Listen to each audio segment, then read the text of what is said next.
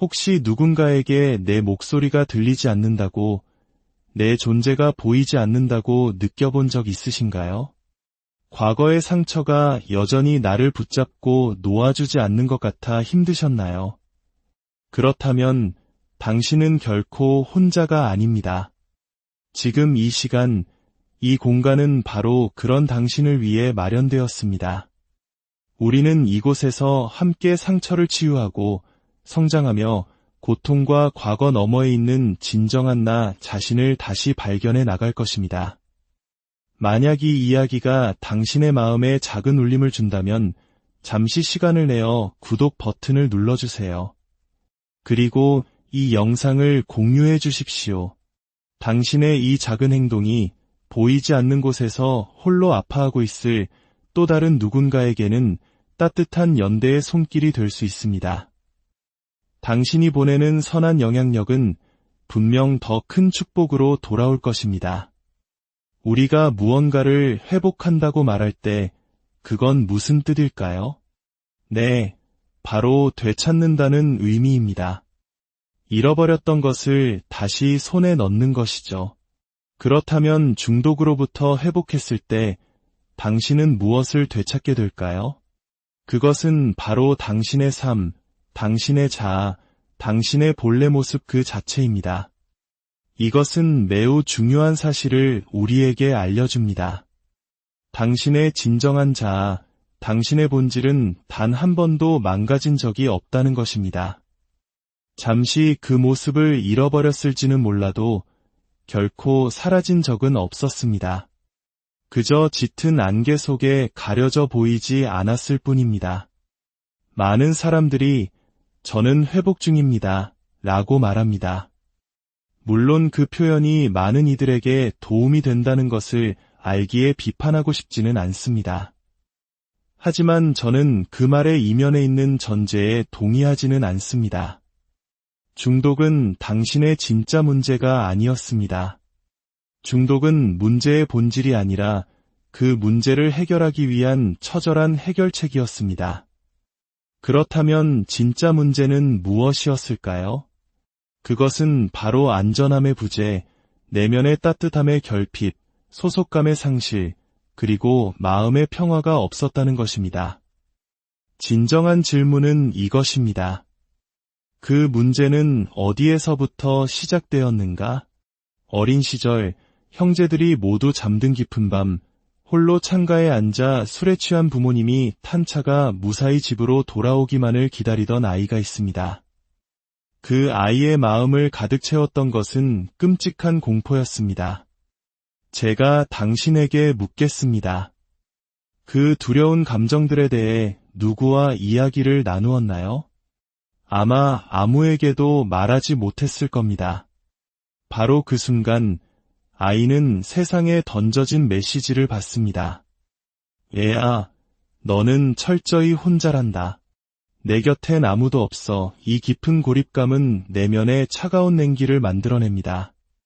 불안과 공포가 온몸을 잠식할 때 마약이라는 존재가 다가와 속삭입니다. 이제 괜찮아. 넌 이제 안전해. 따뜻하지? 원래 그 따뜻함과 안전함은 어디에서 왔어야 할까요? 부모와 아기가 서로의 눈을 깊이 마주보며 교감할 때 두 사람의 뇌에서는 엔도르핀, 즉 천연 아편 성분이 분비됩니다. 사랑과 연결의 감정이죠. 훗날 헤로인 같은 약물이 주는 강렬한 쾌감은 사실 우리가 태어났을 때 마땅히 누렸어야 할 그 원초적인 교감과 안정감을 인위적으로 복제한 것에 불과합니다. 당신이 그토록 필요로 했던 바로 그 감정 말입니다. 당신이 겪은 가장 큰 트라우마는 고통 그 자체가 아닙니다. 그 고통스러운 감정을 느낄 때 세상에 홀로 남겨졌다는 그 처절한 고독감, 그것이 바로 트라우마의 핵심입니다. 고통을 혼자 감당해야 할 때 그 상처는 영혼에 깊이 각인됩니다. 그리고 이러한 트라우마는 한 개인의 문제로 끝나지 않습니다. 그것은 여러 세대에 걸쳐 대물림되는 가족 시스템의 문제이기도 합니다. 당신의 중독 문제는 오롯이 당신 혼자만의 잘못이 아니었습니다. 당신은 단지 여러 세대에 걸쳐 이어진 가족의 아픔과 역학관계가 드러난 하나의 표상이었을 뿐입니다.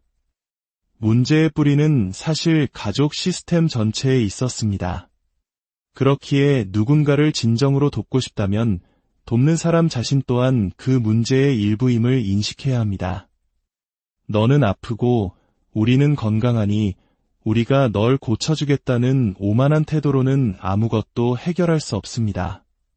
대신 우리 모두에게 문제가 있고 당신의 중독은 그 문제가 드러난 방식일 뿐이다. 그러니 우리 모두 함께 치유를 위해 노력하자고 말해야 합니다. 이것이 바로 치유의 첫걸음입니다.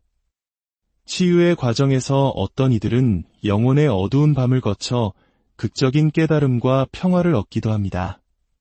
하지만 솔직히 말해 저를 포함한 많은 사람들은 그런 드라마틱한 경험을 하지 못합니다. 대부분의 치유는 점진적으로 아주 조금씩 한 걸음 한 걸음 나아가는 과정 속에서 이루어집니다.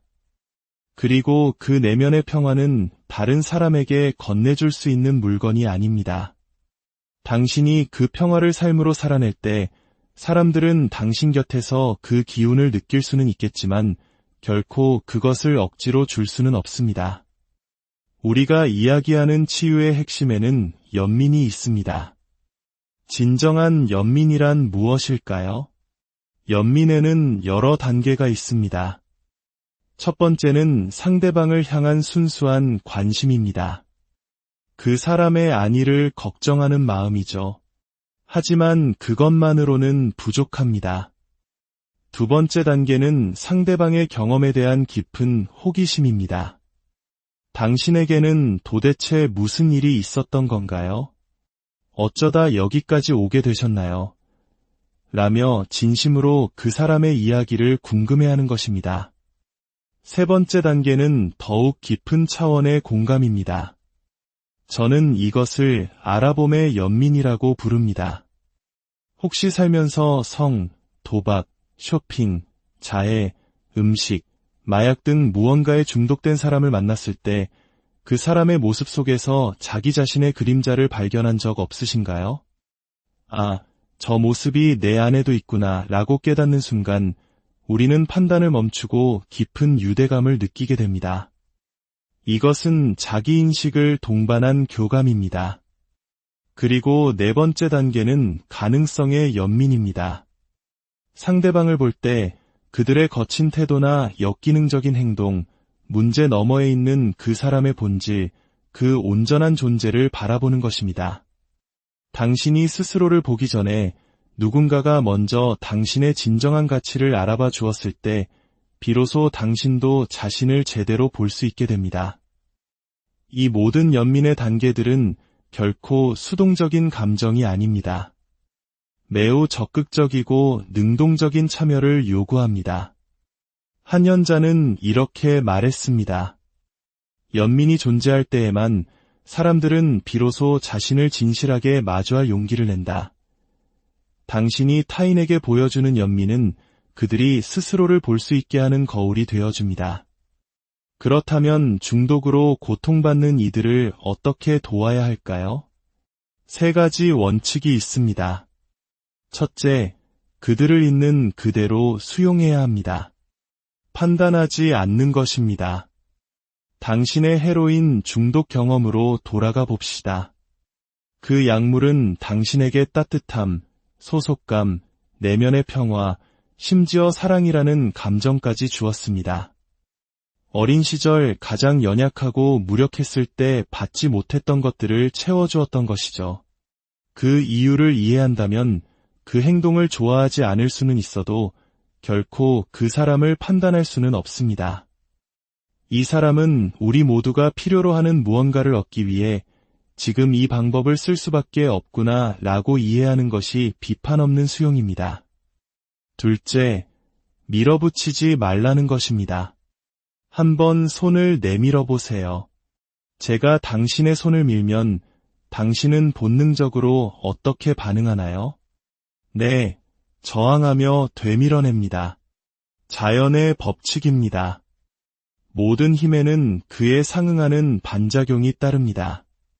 당신이 아무리 좋은 의도와 사랑을 가지고 그들을 설득하고 이협하고 애원하고 조종하려 해도 그들이 당신의 의도 속에서 강요를 느끼는 순간 당신이 얻게 될 것은 오직 저항뿐입니다.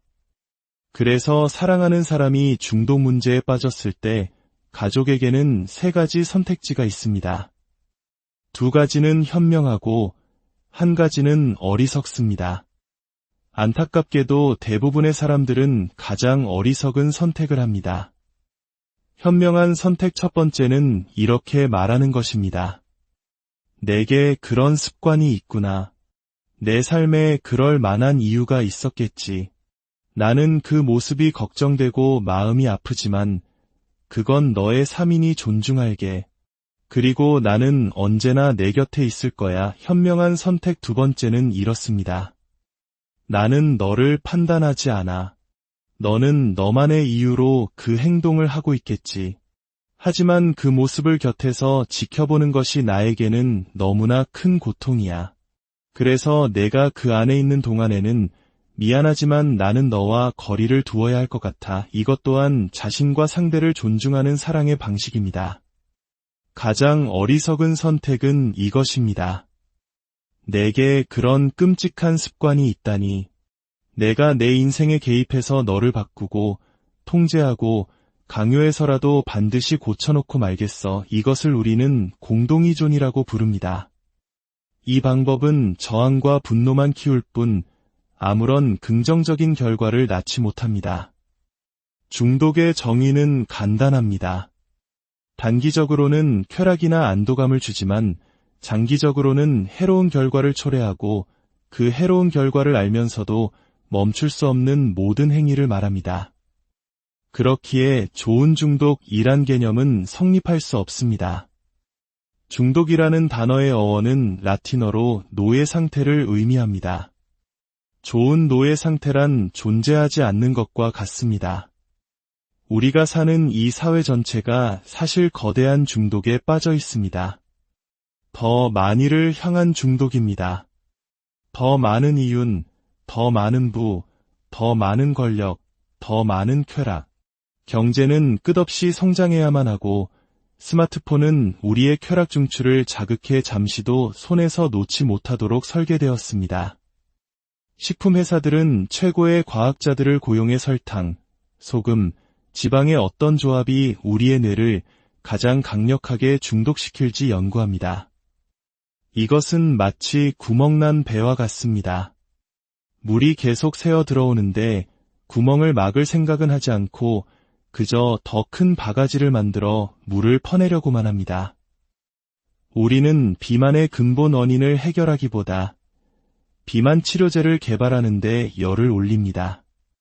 사회가 만들어낸 고통과 상처는 외면한 채 그 증상만을 덮으려는 시도가 계속되고 있습니다.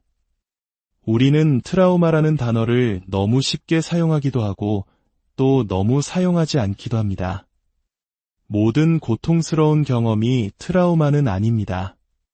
소풍을 가기로 했는데 비가 와서 실망한 것은 트라우마가 아닙니다. 하지만 모든 트라우마는 고통스럽습니다. 트라우마는 사건이 아니라 상처입니다. 머리를 세게 부딪힌 것이 트라우마가 아니라 그로 인해 생긴 뇌진탕이 트라우마입니다. 즉, 트라우마는 우리 안에 남아 지속적으로 영향을 미치는 내면의 상처입니다. 그 상처는 끝나지 않는 고통, 불안, 낮은 자존감으로 나타나기도 하고 만성염증이나 각종 질병과 같은 신체적 문제로 드러나기도 합니다. 그리고 우리는 그 상처의 고통을 느끼지 않기 위해 여러 방어기제를 만들어냅니다. 누군가는 감정을 억압하고 누군가는 현실을 부정하며 또 누군가는 관계로부터 거리를 둡니다. 이 방어기제들은 우리를 과거에 얽매이게 하거나 미래를 두려워하게 만들어 온전히 지금 이 순간에 머무는 것을 불가능하게 합니다. 우리가 정신질환이나 장애라고 부르는 많은 것들이 사실은 비정상적인 환경에 대한 지극히 정상적인 반응일 수 있습니다. 전쟁터에서 친구들이 죽어가는 것을 목격한 군인이 일상으로 돌아와 큰 소리를 듣고 땅에 엎드리는 것을 장애라고 부를 수 있을까요? 그것은 끔찍한 상황을 겪은 인간의 당연한 생존 반응이 아닐까요? 우리는 그 행동을 고치려 하기 전에 그 행동 이면에 있는 깊은 고통과 아픔을 먼저 이해하고 공감해야 합니다. 중독의 반대말은 단순히 연결이 아닙니다. 많은 중독자들이 주변에 친구도 많고 사회적 관계도 활발했습니다. 중독의 진정한 반대말은 자각과 내면의 평화입니다. 물론 그 평화를 찾아가는 여정에서 진실한 인간관계는 필수적입니다. 하지만 그 관계가 진정한 자각과 평화의 기반을 두고 있을 때에만 진정한 치유의 힘을 발휘할 수 있습니다. 치유에는 시간이 걸립니다. 그리고 그 길을 혼자 걸을 필요는 없습니다. 이야기가 당신의 마음에 닿았다면 당신의 여정이 얼마나 소중한지 기억해 주세요. 스스로에게 온유해지십시오. 끊임없이 탐색하고 당신을 지지해주는 사람들과 함께 하십시오. 당신은 보이지 않는 존재가 아닙니다. 당신은 소중한 사람입니다.